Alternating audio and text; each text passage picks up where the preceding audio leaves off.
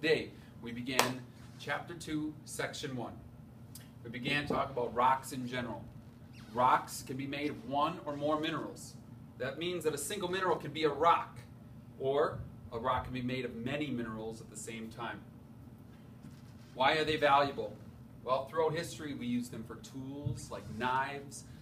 Even currently, sometimes in the medical profession, we still use obsidian to cut open sores because it has such a small incision that it heals faster.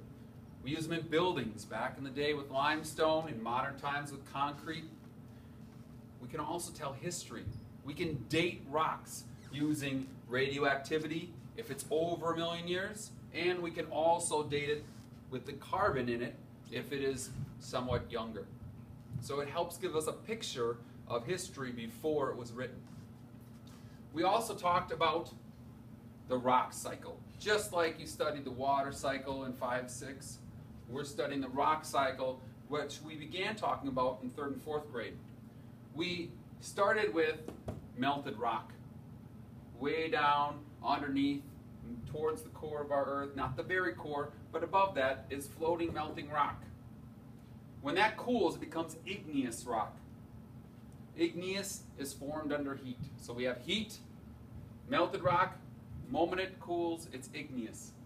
Then we talked about how time and weather and erosion slowly wear away at rocks into sediment.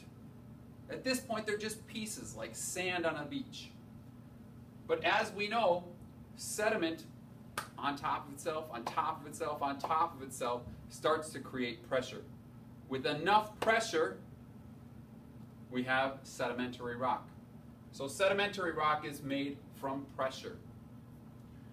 If it gets pushed farther down, farther down, farther down, we move towards that magma. Not enough to melt it, but enough to heat it up.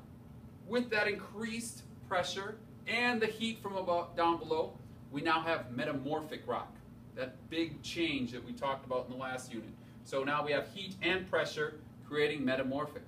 One of the crazy things about the rock cycle is it doesn't go in a nice circle like this. It takes millions of years to change from one to the other, oftentimes. But if I am igneous and I cool off, maybe I'm close enough and that magma heats me up and melts me again, and I become a different type of igneous when I cool. Maybe I go into a sedimentary rock, and then I get pushed to the surface, and I turn back into sediment, and when I come back, I have other minerals with me, and I become a different type of sedimentary rock. So I can go back and forth between the same type of group, or I can go in this cycle that we talked about. Today's homework is a summary.